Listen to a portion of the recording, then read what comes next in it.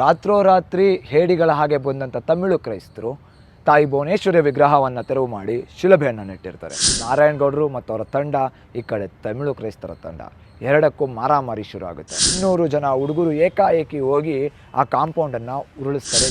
ಸ್ನೇಹಿತರೆ ನಮಸ್ಕಾರ, ನಾನು ನಿಮ್ಮ ಗೆಳೆಯ ಕನ್ನಡಿಗ ಸಂತೋಷ್. ನಾನಿವತ್ತು ಬೆಂಗಳೂರಲ್ಲಿರುವಂತಹ ಇತಿಹಾಸ ಪ್ರಸಿದ್ಧ ತಾಯಿ ಭುವನೇಶ್ವರಿ ದೇವಾಲಯದಲ್ಲಿದ್ದೀನಿ. ಈ ದೇವಾಲಯದ ಇತಿಹಾಸ ತುಂಬ ದೊಡ್ಡದಿಲ್ಲದೆ ಇರ್ಬೋದು, ಆದರೆ ಈ ದೇವಸ್ಥಾನವನ್ನು ಕಟ್ಟೋದಕ್ಕೆ ನಡೆದಂಥ ಹೋರಾಟ ಇದೆಯಲ್ಲ, ಅದು ಇತಿಹಾಸ ಪುಟಗಳಲ್ಲಿ ರಾರಾಜಿಸುವಂಥದ್ದು.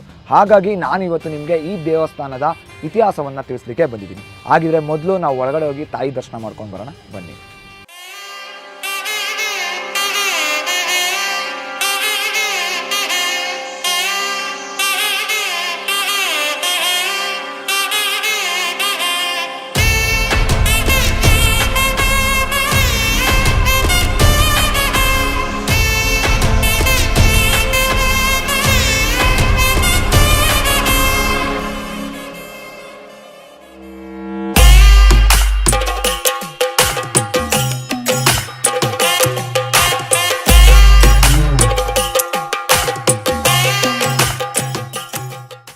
ನಾನು ನಿಮಗೆ ಮೊದಲೇ ಹೇಳಿದ ಹಾಗೆ ಈ ದೇವಸ್ಥಾನದ ಇತಿಹಾಸ ತುಂಬ ಚಿಕ್ಕದು, ಅಂದರೆ ಒಂದು 25 ವರ್ಷದ ಇತಿಹಾಸ ಇರ್ಬೋದು.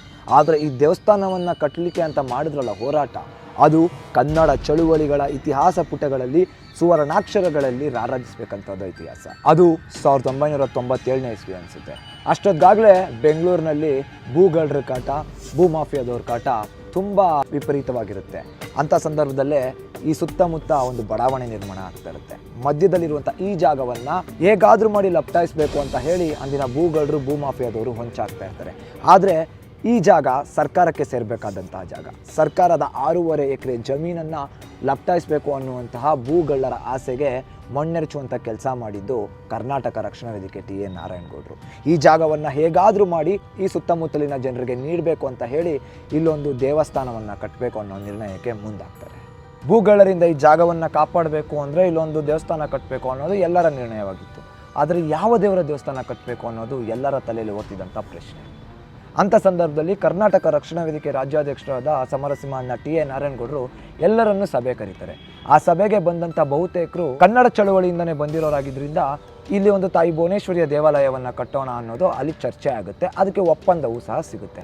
ಆ ಮಾತಿನಂತೆ ನಾರಾಯಣಗೌಡರು ಮತ್ತು ತಂಡ ತಾಯಿ ಭುವನೇಶ್ವರಿಯ ವಿಗ್ರಹವನ್ನು ತಂದು ಇಲ್ಲಿ ಪ್ರತಿಷ್ಠಾಪನೆಯನ್ನು ಸಹ ಮಾಡ್ತಾರೆ. ರಾತ್ರೋರಾತ್ರಿ ಹೇಡಿಗಳ ಹಾಗೆ ಬಂದಂಥ ತಮಿಳು ಕ್ರೈಸ್ತರು ತಾಯಿ ಭುವನೇಶ್ವರಿಯ ವಿಗ್ರಹವನ್ನು ತೆರವು ಮಾಡಿ ಶಿಲುಬೆಯನ್ನು ನೆಟ್ಟಿರ್ತಾರೆ. ಈ ವಿಚಾರ ನಾರಾಯಣಗೌಡರು ಮತ್ತು ಅವರ ತಂಡದ ಗಮನಕ್ಕೆ ಹೋಗುತ್ತೆ. ಬೆಳಗ್ಗೆ ಎದ್ದಿದೆ ನಾರಾಯಣಗೌಡರು ಮತ್ತು ಅವರ ತಂಡ, ಈ ಕಡೆ ತಮಿಳು ಕ್ರೈಸ್ತರ ತಂಡ, ಎರಡಕ್ಕೂ ಮಾರಾಮಾರಿ ಶುರು ಆಗುತ್ತೆ. ಈ ವಿಚಾರ ಪೊಲೀಸ್ ಠಾಣೆಯ ಮೆಟ್ಲನ್ನು ಸಹ ಏರುತ್ತೆ. ಅಲ್ಲಿಂದ ಬಂದಂಥ ಪೊಲೀಸರು ಸಂದರ್ಭವನ್ನು ತಮ್ಮ ಹತೋಟಿಗೆ ತಗೋತಾರೆ.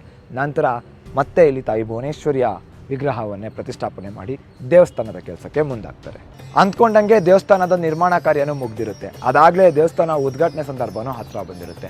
ಇದು ತಾಯಿ ಭುವನೇಶ್ವರಿಯ ದೇವಸ್ಥಾನ ಆಗಿರೋದ್ರಿಂದ ಇಲ್ಲಿ ಕನ್ನಡದಲ್ಲೇ ಮಂತ್ರ ಹೇಳುವಂಥ ಒಬ್ಬರು ಅರ್ಚಕರ ಅವಶ್ಯಕತೆ ಇರುತ್ತೆ.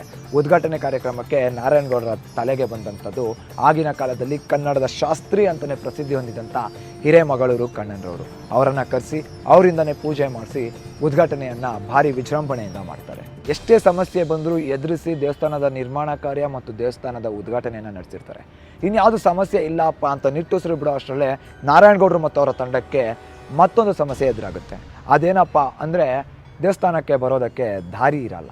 ಇದ್ದಂಥ ಒಂದು ರಸ್ತೆಯನ್ನು ಆಮ್ಕೋ ಅನ್ನುವಂಥ ಸಂಸ್ಥೆ ಅಕ್ರಮವಾಗಿ ಕಾಂಪೌಂಡ್ ಕಟ್ಟಿ ಮುಚ್ಚಾಕಿರ್ತಾರೆ.